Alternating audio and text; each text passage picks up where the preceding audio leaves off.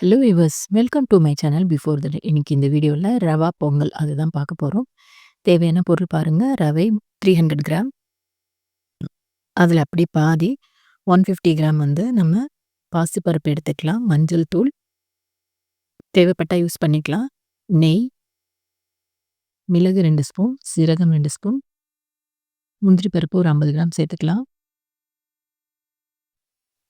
பொடியாக கட் பண்ணி வச்சுருக்க பச்சை மிளகாய், கருவேப்பிள்ளை, இஞ்சி வந்து பொடியாக நம்ம துருவி எடுத்துக்கலாம். அப்போ தான் நல்லாயிருக்கும். ரவை வந்து பாருங்க 300 கிராம் சின்ன பவுல் எடுத்திருக்கேன். இது நம்ம அப்படியே நெய்யில் வறுக்க போகிறோம். ஸோ இந்த பொருளெல்லாம் வச்சு தான் நம்ம செய்கிறோம். முதல்ல ஒரு பேனை ஹீட் பண்ணிக்கோங்க. நல்லா ஹீட் ஆனதுக்கப்புறம் நெய் சேர்த்துக்கோங்க. நெய் வந்து ரொம்ப உருகி காஞ்சிடக்கூடாது. நெய் வந்து உருகி வரும்போதே நம்ம வந்து இது கூட ரவையை சேர்க்க போகிறோம். ரொம்ப ஹீட் ஆகிடுச்சின்னா அதோட டேஸ்ட்டும் ஸ்மெல்லும் மாறிடும். ஸோ லைட்டாக உருகி வரும்போதே நம்மளை இந்த ரவையை அதில் சேர்த்துடலாம். ரவை வந்து நல்லா வறுபடணும். அந்த நெய்யிலே வந்து நல்லா வறுத்து லைட்டாக கலர் மாறினா போதும். ரொம்ப செவக்க வறுக்கணும்னு அவசியம் கிடையாது. இந்த பச்சை வாசனை போகிற அளவுக்கு நல்லா வறுத்து விடுங்க. அந்த நெய்யில் வந்து ரவை நல்லா வறுபட்டுறணும். இந்த அளவுக்கு வறுத்தா ஓகேவாக இருக்கும். இதை நம்ம தனியாக எடுத்து வச்சுக்கலாம். ரவை பொறுத்த வரைக்கும் வறுக்கும் போதே அது வந்து நல்லா வெந்துடும். ஸோ நம்ம சின்ன பவுலில் ரவையை சேர்த்தோம். இந்த பவுலுக்கு ஒரு பவுல் தான் நான் ரவை ஆட் பண்ணேன். இப்போ வறுத்ததுக்கப்புறம் இந்த பவுலில் எனக்கு வந்து அது அதிகமாக இருந்ததுனால இப்போ பெரிய பவுல் எடுத்து வச்சுருக்கேன். அடுத்து ஒரு குக்கரில் பாசிப்பருப்பு சேர்த்துக்கோங்க. பாசிப்பருப்போட ஒரு 3 மடங்கு தண்ணி அதிகமாக சேர்த்து நல்ல குழைவாக வேக வச்சு எடுத்துக்கோங்க. குக்கரில் வைக்கும்போது அதிகமாக தண்ணி சேர்க்குறதா இருந்ததுன்னா பொங்கி வரும். அப்படி இல்லைன்னா அதுக்கு தேவையான கொஞ்சமாக மட்டும் தண்ணி சேர்த்து நல்லா வேக வச்சு எடுத்துகிட்டு அதுக்கப்புறம் கூட நம்ம தண்ணி ஆட் பண்ணிக்கலாம். இதுக்கு தேவையான மஞ்சள் தூள் கொஞ்சமாக ஆட் பண்ணி நம்ம பருப்பை ஒரு 3 விசில் அந்தளவுக்கு வேக வச்சு எடுத்துக்கலாம். ஓகே, பருப்பு வெந்துருச்சு. பாசிப்பருப்பு நல்லா வெந்து அதோட டெக்ஸ்சர் எப்படி இருக்குன்னு சொல்லி பாருங்கள். கரண்டி வச்சா குழஞ்சிரும். இந்த மாதிரி நல்லா வெந்திருக்கு. ஸோ இதை அப்படியே ஒரு ஓரமாக வச்சுக்கலாம். அடுத்து ஒரு கடாய் ஹீட் பண்ணிக்கோங்க. அந்த கடாயில் ஹீட் பண்ணி வச்சுருக்க பாசிப்பருப்பு அதை சேர்த்துக்கோங்க. 1 கப் ரவைக்கு 4 கப் தண்ணி சேர்க்கணும். பாசிப்பருப்பில் கலந்த தண்ணியோடு சேர்த்து நம்ம எக்ஸ்ட்ராவாக ஒரே ஒரு பவுல் மட்டும் தான் ஆட் பண்ணுற மாதிரி இருக்குது. அந்த ஒரு பவுல் தண்ணியை ஆட் பண்ணிக்கிறேன். ஆட் பண்ணிவிட்டு இந்த பாசிப்பருப்பு வேக வச்சுருக்கோம் இல்லையா, இதில் நம்ம தேவையான உப்பு சேர்த்துக்கலாம். இப்போ நல்லா கொதி வரணும். நல்லா கொதிக்க ஆரம்பிச்சிருச்சு. கொதிக்க ஆரம்பித்ததுக்கப்புறம் நம்ம வறுத்து வச்சுருக்கோம் இல்லையா, அந்த ரவையை வந்து கொஞ்சம் கொஞ்சமாக இதில் சேர்த்து கட்டிப்படாமல் நம்ம வந்து கிளறி எடுக்க போகிறோம். ஸோ கொஞ்சம் கொஞ்சமாக சேர்த்துட்டு கட்டிப்படாமல் அதை வந்து நம்ம மிக்ஸ் பண்ணி எடுத்துக்கலாம். நான் ஒரே கையில் வந்து அதை மிக்ஸ் பண்ணுறதுனால எனக்கு லைட்டாக கொஞ்சம் லம்ஸ் ஃபார்ம் ஆகிருக்கு.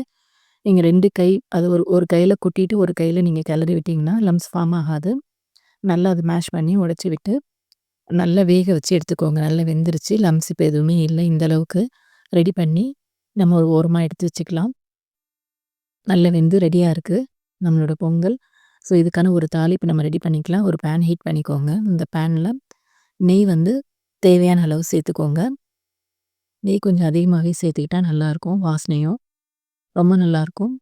ஸோ இந்த நெய் வந்து உருகிடுச்சு. இதோடு நம்ம மிளகு சேர்க்குறோம். மிளகு சேர்த்து மிளகு நல்லா பொரியட்டும். பொரிஞ்சதுக்கப்புறம் இதோடு நம்ம சீரகம் சேர்த்துக்கலாம். சீரகமும் நல்ல மிளகும் நல்லா வறுபட்டு நல்ல வாசனை வரட்டும். வாசனை வந்ததுக்கப்புறம் இதோடு நம்ம வந்து முந்திரி பருப்பு சேர்த்துக்கிறோம். முந்திரி பருப்பு ஓரளவு கொஞ்சம் நிறையவே சேர்த்துக்கலாம். அப்போ தான் அதாவது அந்த பொங்கல் சாப்பிடும்போது முந்திரி பருப்பு நல்லா வரும்போது அது நல்லாயிருக்கும் சாப்பிட்றதுக்கு. அதனால் முந்திரி பருப்பு கொஞ்சம் அதிகமாக சேர்த்துக்கலாம். முந்திரி பருப்போட கலர் வந்து நல்லா செவந்து வர அளவுக்கு இதை நல்லா வறுத்துக்கலாம். இப்போ இதோட நம்ம 2 கொத்து கருவேப்பிலை, ஃப்ரெஷ்ஷான கருவேப்பிலை, அதோட இஞ்சி துருவினது, பச்சை மிளகாய் கட் பண்ணது. ஸோ இதையும் சேர்த்து நல்லா வறுத்து விடுங்க. இதோட பச்சை ஸ்மெல்லாம் போகட்டும். போய் நல்ல ஒரு வாசனை வருது. நம்மளோட முந்திரி பருப்பு நல்ல கலர் மாதிரி வரணும். இன்னும் கூட கொஞ்சம் நெய் சேர்த்துக்கலாம். சேர்த்துட்டு நல்லா நல்லா வறுத்து விடுங்க. நல்லா செவக்க வறுக்கணும். முந்திரி பருப்போட கலர் சேஞ்ச் ஆகிற அளவுக்கு நல்லா வறுத்துக்கலாம். ஓரளவு நல்ல கலர் மாதிரி வருது. ஓகே, இந்த பக்குவத்தில் இதை வந்து நம்ம செஞ்சு வச்சுருக்க அந்த பொங்கலில் மிக்ஸ் பண்ணிக்கலாம். இந்த பொங்கலோட வாசனையே நம்ம இப்போ நெய்யில் வறுத்து கொட்டுறோம் இல்லையா, இந்த தாளிப்பில் தான் இருக்குது. ஸோ இதை வந்து நல்லா நல்லா மிக்ஸ் பண்ணி கலந்து விடுங்க. பொங்கலோட ஃப்ளேவர் வந்து வேறு லெவலில் இருக்கும். பொங்கலுக்கு வந்து அதிகமாக நெய் சேர்க்கும்போது அதோட டேஸ்ட்டும் நல்லாயிருக்கும். ஒரு சாஃப்ட்னஸ் இருக்கும். ஸோ இத நல்லா கலந்து விட்டுட்டு, நல்லா எல்லா இடமும் மிக்ஸ் ஆகுற அளவுக்கு நல்லா கலந்துக்கலாம். கலந்துட்டு இது மேல அப்படியே கொஞ்சம் நெய் அதிகமா ஆட் பண்ணிக்கோங்க. ஆட் பண்ணி எல்லா இடமும் ஸ்ப்ரெட் பண்ற அளவுக்கு நல்லா அப்படியே ஸ்ப்ரெட் பண்ணி விட்டுட்டு, இத அப்படியே ஒரு 10 மினிட்ஸ் வந்து மூடி வச்சிரலாம். இத அப்படியே ஒரு ஓரமா மூடி வச்சிரலாம். இந்த 10 மினிட்ஸ் கேப்ல வந்து நம்ம இதுக்கான ஒரு சைட் டிஷ்ஷா ஒரு தேங்காய் சட்னி செய்ய போறோம். தேங்காய், பச்சை மிளகாய், உடைச்ச கடலை, பூண்டு இத சேர்த்து ஒரு சட்னியா அரைச்சுட்டு வந்திருக்கோம். இந்த சட்னிக்கு ஒரு தாளிப்பு குடுத்துரலாம். நல்லா எண்ணெய் ஹீட் ஆனதுக்கப்புறம் அதில கடுகு சேர்க்குறோம். கடுகு நல்லா பொரிஞ்சு வரட்டும். பொரிஞ்சு வந்ததுக்கப்புறம் கருவேப்பிலை சேர்க்குறோம். கருவேப்பிலை நல்லா மொறுமொறுன்னு வர அளவுக்கு நல்லா ஃப்ரை பண்ணி எடுத்துக்கோங்க. நல்லா ஃப்ரை ஆயிடுச்சு. ஓகே. இப்ப இத அப்படியே இந்த தாளிப்ப அந்த சட்னியில நம்ம சேர்த்துக்கலாம். சேர்த்துட்டு நல்லா கலந்து விடுங்க. நம்மளோட ரவா பொங்கல் ரெடி ஆயிடுச்சு. Okay viewers, don't forget two subscribe. Thank you.